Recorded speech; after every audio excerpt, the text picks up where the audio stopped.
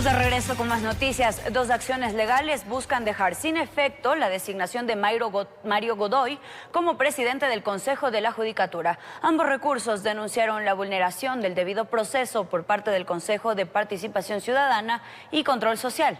Revisemos a continuación los detalles de las impugnaciones en el siguiente reportaje. Cuando se trata de las autoridades elegidas por el Consejo de Participación Ciudadana, nada está dicho. Esta vez dos recursos legales buscan dejar sin efecto la designación de Mario Godoy como presidente del Consejo de la Judicatura. Una de las impugnaciones fue presentada por el Observatorio de Control Ciudadano, un colectivo que impulsó una acción de protección con medida cautelar en contra del Consejo de Participación Ciudadana, señalando irregularidades en el proceso de designación. Ya está una designación y eso no se puede volver a reconsiderar. Eso señala la Procuraduría General del Estado en un pronunciamiento que se realizó el mismo Consejo de Participación Ciudadana en un proceso de designación del defensor del pueblo. La denunciante Mónica Jaramillo asegura que la reconsideración de decisiones ya tomadas podría generar un nefasto precedente para el CPCCS.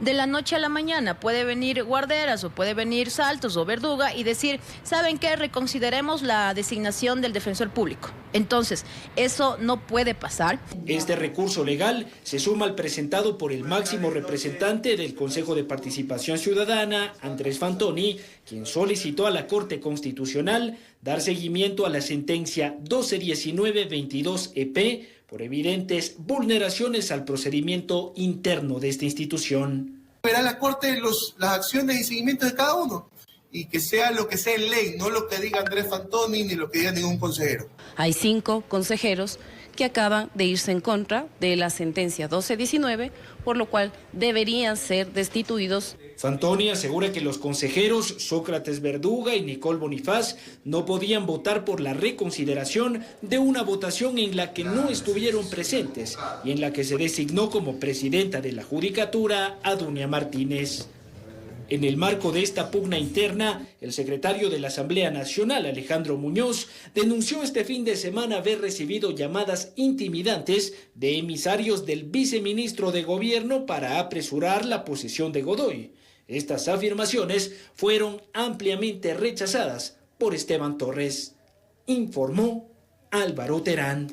Que la polémica designación de Mario Godoy como presidente del Consejo de la Judicatura revivó la discusión sobre la funcionalidad del Consejo de Participación Ciudadana y Control Social, el cual ha recibido múltiples cuestionamientos desde su conformación en el gobierno de Correa. En la siguiente nota revisemos sus competencias.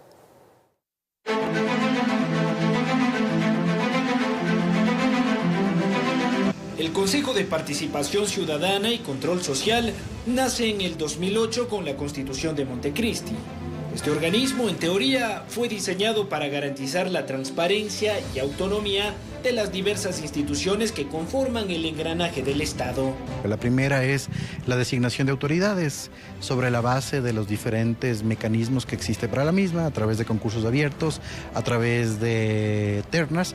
La misión número 2 es el tema conjunto que tiene toda la función de transparencia y control social, que es el tema de lucha contra la corrupción. Finalmente tiene una residual, que es el tema de premiación de logros a héroes. Más allá de la entrega de condecoraciones y las labores de fiscalización, este organismo cuenta con la capacidad de designar a las máximas autoridades de varios poderes del Estado, y lo hace a través de concursos abiertos y de ternas remitidas por instituciones políticas y de justicia. Los funcionarios elegidos a través de concursos cerrados están al frente de la Procuraduría, las Superintendencias y el Consejo de la Judicatura, y sus ternas son remitidas por Presidencia, Asamblea Nacional, Corte Nacional de Justicia y Fiscalía General del Estado. En los concursos abiertos, en cambio, la participación es libre. Únicamente se requiere cumplir con requisitos básicos para ocupar los siguientes cargos: Contralor General del Estado, Fiscal General del Estado, Defensor del Pueblo, Defensor Público y miembros del Consejo Nacional Electoral y del Tribunal Contencioso Electoral. Expertos aseguran que la designación más problemática es la de concursos cerrados, pues las ternas usualmente representan los intereses políticos de quienes las envían. Sin embargo, por lo menos el escrutinio inicial para ver que una persona no tenga antecedentes judiciales, no tenga casos problemáticos, no tenga en general cualquier tela de duda respecto de su carrera, le corresponde a estos órganos. Expertos aseguran que la participación ciudadana y el control social no deben ser un adorno en el nombre de esta institución, sino básicamente su esencia y mística de trabajo, informó Álvaro Terán. A través del decreto ejecutivo 327, el presidente de la República, Daniel Noboa, emitió un nuevo reglamento a la Ley de Defensa Nacional, mismo que dispone a la Policía Nacional subordinarse ante las Fuerzas Armadas durante la vigencia de un estado de excepción. ¿Cuáles serán las competencias de ambas instituciones? Enseguida lo revisamos. En el marco del conflicto armado interno que enfrenta Ecuador, el presidente de la República emitió un nuevo reglamento a la Ley de Defensa Nacional, con el cual se dispone que durante un estado de excepción, el control absoluto de la seguridad nacional estará a cargo de las Fuerzas Armadas y la policía deberá subordinarse ante sus disposiciones. La subordinación que se tendría es precisamente en las actuaciones que el compendio militar determine para solventar la situación que causa el estado de excepción. Con esta reforma solo bastará que el presidente decrete un estado de excepción para que militares y policías actúen de manera coordinada, pero siempre bajo la tutela del Comando Conjunto de las Fuerzas Armadas. En este momento nos encontramos con un estado de excepción y está abarcando estas provincias, pues en esas provincias debería actuar este nuevo reglamento y obviamente la tarea o el trabajo complementario de Policía Nacional con Fuerzas Armadas. Analistas aseguran que esta reforma surgió tras la consulta popular, pues allí la ciudadanía aprobó la participación de Fuerzas Armadas en las labores de mitigación y control del conflicto armado interno. Son funciones principales de las Fuerzas Armadas en las cuales Policía Nacional entraría a ser una fuerza de apoyo para que puedan realizar unas tareas complementarias. Este apoyo complementario entre ambas instituciones, indican expertos, no solo requerirá de nuevos reglamentos, sino de modificaciones estructurales en las prácticas y competencias de policías y militares. Si ya se le da esta dirección a las Fuerzas Armadas se encarguen de coordinar, de delimitar, de planificar cómo deben realizarse las intervenciones. Pero ojo, eso no debería implicar, por ejemplo, que se interfiera con el mando policial, que se rompa la estructura jerárquica de la misma policía. Informó Álvaro Terán. Hoy la Corte Nacional de Justicia juzgará a 10 procesados en el caso Metástasis, quienes se cogieron el procedimiento abreviado. Entre ellos está Mayra Salazar, Daniel Salcedo, por pedido de la Fiscalía, pues la audiencia preparatoria del juicio en contra de los demás implicados fue diferida hasta culminar con esta fase del proceso judicial. Veamos. 10 implicados en el caso de delincuencia organizada denominado Metástasis serán juzgados desde este lunes por la Corte Nacional de Justicia. Todos ellos se acogieron a la figura de procedimiento abreviado, con la cual aceptan su culpabilidad a cambio de una reducción en la sentencia. La figura que más resalta de esta lista de peticionarios es Mayra Salazar, quien previamente ya acordó una cooperación eficaz con Fiscalía, lo cual podría reducir su condena hasta en un 90%. El empresario guayaquileño Daniel Salcedo, el ex asesor de Wilman Terán Alex Palacios, el abogado de Leandro Norero, Elivia Angulo, y los jueces Ángel Lindao y Emerson Curipayo también serán juzgados bajo la misma figura. La lista la completan el secretario judicial Cristian Sánchez y los policías Gabriel García, Neiser Mazón y Héctor Paredes. La audiencia preparatoria de juicio de Metástasis, prevista para este lunes 15 de julio, fue diferida hasta que se efectúen las diligencias de los primeros 10 implicados, mismas que se realizarán de manera particularizada. Los 42 procesados restantes, entre ellos el expresidente de la Judicatura, Wilman Terán, esperan fecha para conocer las acusaciones levantadas por parte de Fiscalía. Informó Álvaro Terán. Mientras en el caso Independencia Judicial se sufrió un nuevo traspié luego de que el expresidente de la Judicatura, Wilman Terán, se declarara en rebeldía. El sábado la Corte de Justicia tenía previsto reanudar la audiencia con Terán, patrocinado por defensores públicos. Sin embargo, la diligencia se difirió. Conozca los motivos en la siguiente nota. El pasado jueves, el expresidente del Consejo de la Judicatura, Wilman Terán, se declaró en rebeldía y abandonó la audiencia preparatoria de juicio del caso Independencia Judicial, en el que es procesado por el presunto delito de obstrucción de la justicia, junto a la ex vocal de esta entidad, Maribel Barreno, y otros implicados. Tras dicho inconveniente, Wilman Terán desacató la majestad del tribunal y no solo que abandonó la sala, sino que renunció al patrocinio de sus abogados. Por ello, el juez de la Corte Nacional de Justicia, Julio Inga, difirió la audiencia para el sábado 13 de julio, con la finalidad de que defensores públicos se empapen del proceso y puedan representar a Terán. Sin embargo, el ex líder de la Judicatura rechazó el patrocinio de defensores públicos y privados y señaló que él mismo ejercerá su defensa, pero para ello necesita tiempo y permisos por parte del SNAI. Es así que la audiencia preparatoria de juicio nuevamente fue suspendida y se reinstalará el próximo jueves 18 de julio.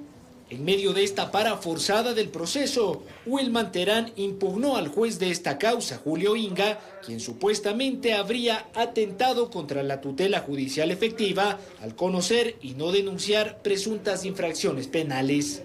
Esto se dio luego de que el juzgador de esta causa afirmara en una providencia judicial que Terán interrumpió el decurso normal y legal del proceso, tomando la palabra para incidentar la audiencia. Y es que Terán, durante la diligencia, instó al juez a declararlo en desacato, aduciendo una vulneración a su derecho legítimo a la defensa. Informó Álvaro Terán. El Consejo de Administración Legislativa de la Asamblea Nacional no dio paso a la solicitud realizada por la legisladora de la Revolución Ciudadana, Gisela Garzón.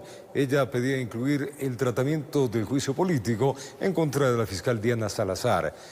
Pues el CAL basó su decisión en el criterio emitido por la Procuraduría General del Estado, que precautela la salud de autoridades que cursen embarazos de riesgo.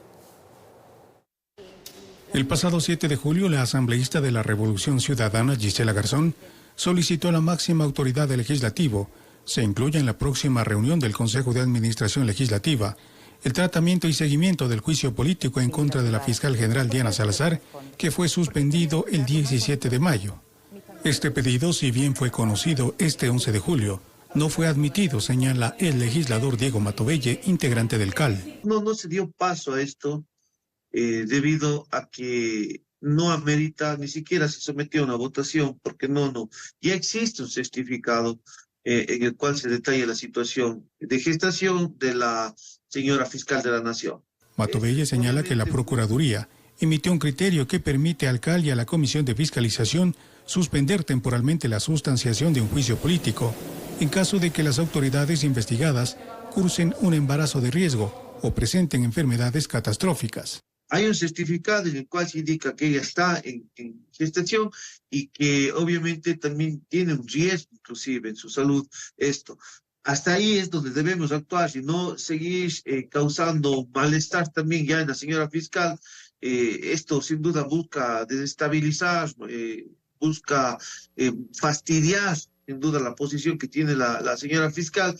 De esta manera, se cierra cualquier intento de reactivar esta interpelación a la máxima autoridad de la Fiscalía. De acuerdo a lo que establece la norma legislativa, no hay alguna otra forma. Ahorita tenemos que respetar el tema en el cual ella está en este momento, que es un tema de su gestación, y luego retomar pues ya un juicio político, este es el caso, como se lo ha estado planteando, pero de momento no amerita estar cada 3 meses, no amerita estar atrás para ver si es que ha pasado algo, no. La fiscal general Diana Salazar, previo a esta resolución, anunció que iniciará las acciones legales pertinentes en contra de las personas que han cuestionado su embarazo, porque no permitirá que se metan con su familia, informó Miguel Ángel Bedoya. Momento de una pausa y al volver les contamos que el autor del asesinato de Fernando Villavicencio es miembro de Los Lobos. Regresamos con esto y más.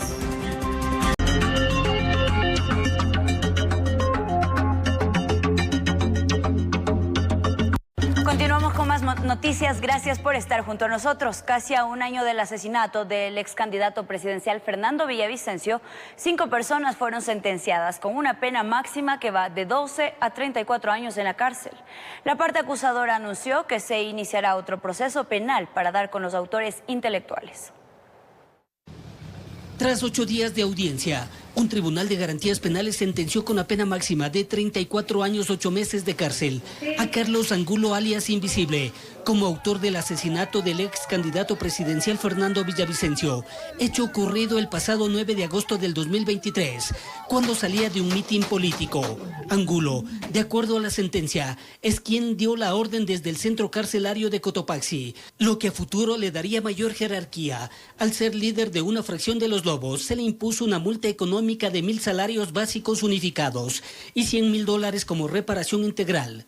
Misma pena deberá cumplirla Laura Castillo, como coautora, quien se habría encargado de proporcionar la logística como vehículos y dinero para que se atente contra Villavicencio. Sus familiares se mostraron satisfechos con el dictamen. Que se siga haciendo justicia por la sangre, por la vida que dio Fernando Villavicencio.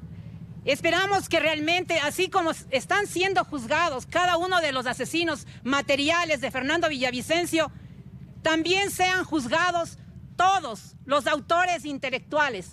Eric Ramírez, Víctor Flores y Alexandra Chimbo, declarados como cómplices, se les determinó 12 años de cárcel, una multa de 340 salarios básicos unificados y $33.000 como reparación integral.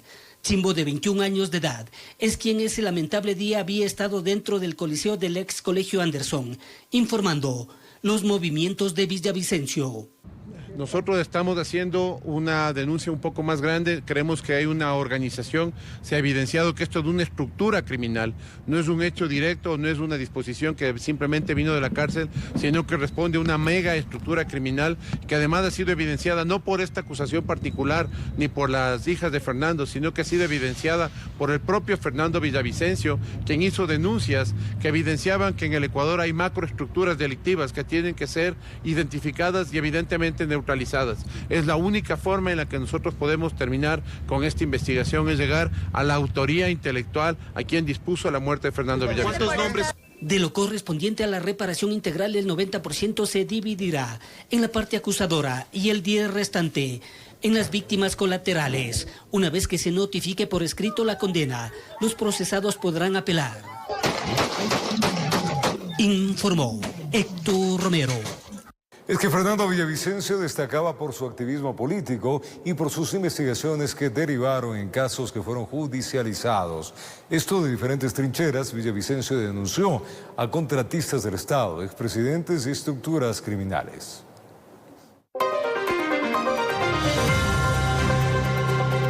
Fernando Villavicencio fue un periodista y político ecuatoriano nacido en Alausí, provincia de Chimborazo. Estudió comunicación en la Universidad Central del Ecuador y fue uno de los fundadores del movimiento político Pachacutic en 1995. En el periodismo se destacó por su línea en el eje investigativo, aunque sus primeros pasos como profesional los dio en medios como Diario El Universo, Revista Vanguardia y Radiodifusora Tarqui, donde trabajó por 8 años. Quizás una de sus investigaciones más representativas fue Arroz Verde, indagación que derivó en un proceso judicial conocido como Caso Sobornos 2012-2016, en el que se sentenció a 8 años de prisión al expresidente Rafael Correa. Pero este fue solo uno de los roces que tuvo con el correísmo. En el 2013, cuando se desempeñaba como asesor del asambleísta Clever Jiménez, Villavicencio puso una denuncia contra Correa por la incursión militar al hospital de la policía durante los acontecimientos del 30S. Esto le hizo acreedor de una contrademanda por injurias y recurrió al exilio en la Amazonía para evitar ir a prisión. Ahí se mantuvo hasta marzo del 2015, cuando prescribió su condena. Aquellos que me persiguieron, que vulneraron los derechos humanos de decenas y centenares de ecuatorianos y los derechos humanos de mi familia, hoy están sentenciados y el principal está prófugo y nunca más volverá a este país. La vida de Villavicencio se volcó completamente hacia la política en mayo del 2021, cuando llegó a la Asamblea Nacional bajo el respaldo de Alianza Honestidad. Durante su gestión llegó a presidir la Comisión de Fiscalización, presentando cerca de 24 informes que denunciaban irregularidades por parte de contratistas del Estado. Asimismo, denunció estructuras criminales y propuso una depuración en la política ecuatoriana. No es posible avanzar a un Ecuador seguro sin derrotar y someter a estas mafias, incluyendo a la mafia política. La vida de Villavicencio se encontraba ya en una recta final cuando mostró su interés por ser presidente de la República. Bajo el movimiento Construye y con Andrea González como binomio, tuvo la intención de llegar a Carondelet. Sin embargo, este sueño se empañó de sangre luego de que fuera asesinado al cierre de un mitin político a las afueras de un colegio privado de Quito. Informó Edwin Benalcázar. 107 postulantes a jueces de la Corte Nacional de Justicia superaron la evaluación psicológica y ahora serán sometidos a un examen de confianza. El Consejo de la Judicatura aspira que hasta el próximo mes de octubre se proclame a los ganadores de este concurso. El concurso de jueces de la Corte Nacional de Justicia que lleva adelante el Consejo de la Judicatura avanza de acuerdo a lo planificado. De 117 postulantes que participaron en la fase de prueba psicológica, 107 la superaron y ahora avanzan a la fase de examen de confianza, señala la vocal Yolanda Yupangui. Se terminó la aplicación de las pruebas psicológicas, que eran de dos tipos, las escritas y las presenciales. Las personas que se les aplicó la prueba psicológica fueron 117.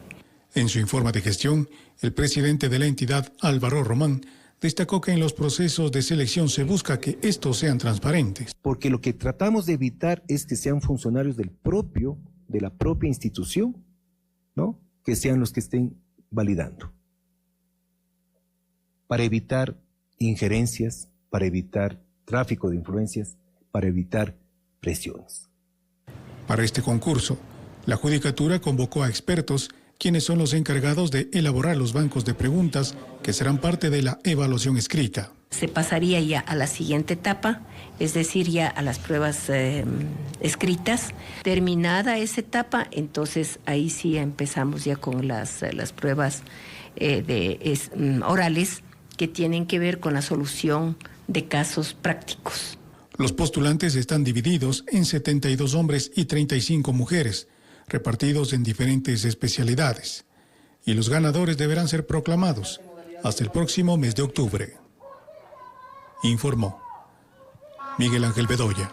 El presidente de la Asamblea Nacional, Henry Kronfle, anunció que su bancada y otros bloques políticos introducirán una nueva reforma en la ley orgánica de la función legislativa, a fin de acelerar a los juicios políticos contra ministros de Estado en funciones. En el siguiente reportaje vamos a contarles detalles de esta propuesta.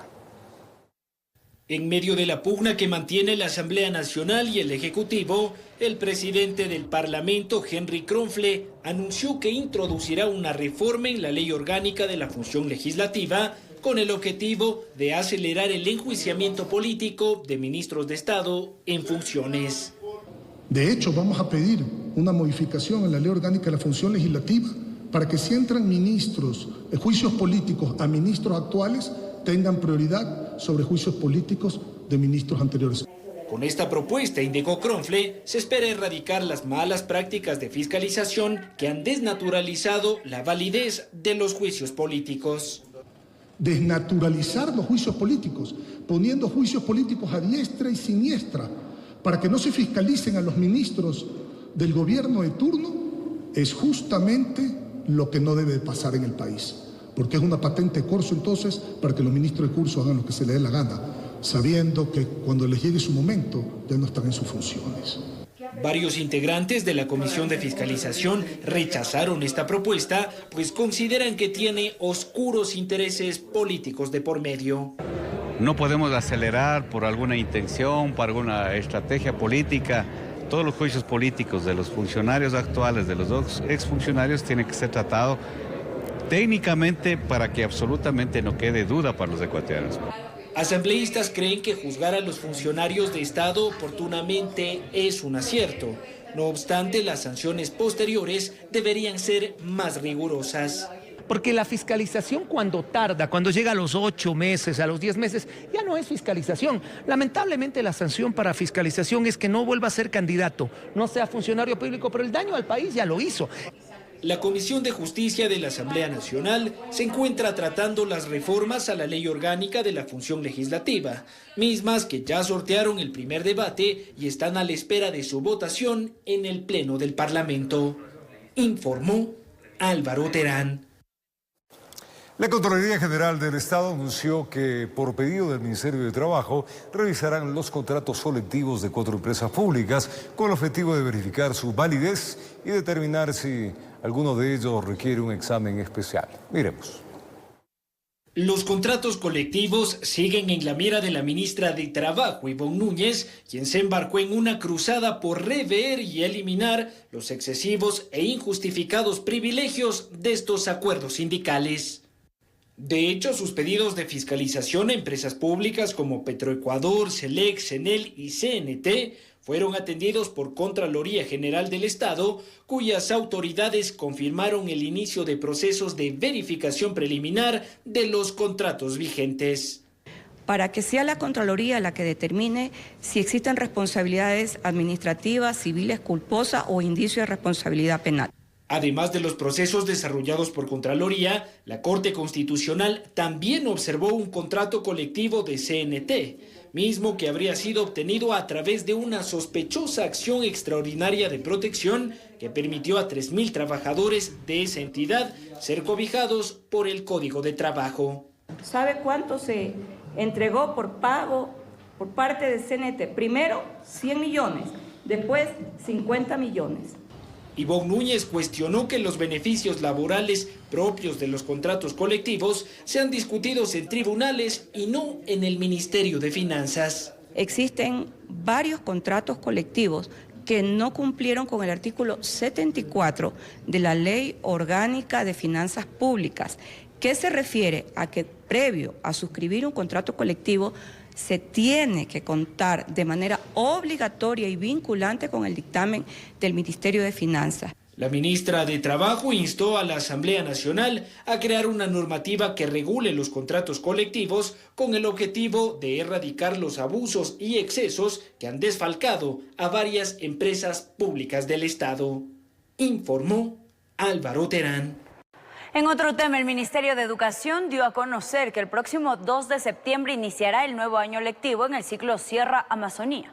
Este regreso a clases vendrá acompañado por cambios sustanciales en el pensum académico y también por múltiples retos para optimizar el proceso educativo. El año lectivo 2024-2025 del ciclo Sierra Amazonía ya cuenta con un cronograma de actividades previo al inicio de clases. El Ministerio de Educación dio a conocer los plazos y actividades de este nuevo proceso académico. Del 16 al 21 de julio se efectuará el traslado de hermanos entre escuelas fiscales. Del 23 al 28 de julio se llevarán a cabo las matrículas ordinarias de hermanos y estudiantes ya ingresados en el sistema fiscal. Del 30 de julio al 6 de agosto se realizará el proceso de traslado de estudiantes ya matriculados entre las instituciones. Del 13 al 25 de agosto tendrá lugar la matrícula ordinaria de estudiantes. Del 26 al 28 de agosto se efectuará el traslado de estudiantes entre escuelas y colegios del sistema público. Y finalmente, el 2 de septiembre iniciarán las clases y lo harán con un nuevo pensum académico. La inclusión de nuevas materias como cívica, como ética, que se van a realizar, que realmente es un avance. Serían materias que van a fortalecer este tema de valores que lastimosamente en la actualidad está demasiado débil. Además, ya no existirán exámenes remediales ni de gracia y las pérdidas de año por bajos promedios educativos quedarán eliminadas en el ciclo básico. En la gran mayoría de modelos educativos avanzados ya las evaluaciones no son precisamente con una visión sancionatoria, sino de mejoramiento de la calidad de la educación. Realmente es negativo. Siento como que impulsa la mediocridad. Los niños, los jóvenes más bien también, ellos como que ya están, no, tengo una oportunidad, tengo otra oportunidad, no puedo perder el año. Como que se genera esta parte de conformismo, ¿no? Previo al inicio de clases, expertos y docentes coinciden en que es necesario garantizar el adecuado funcionamiento de la infraestructura educativa, la planta docente y los insumos escolares y las estrategias de seguridad para un correcto aprendizaje. Informó Álvaro Terán.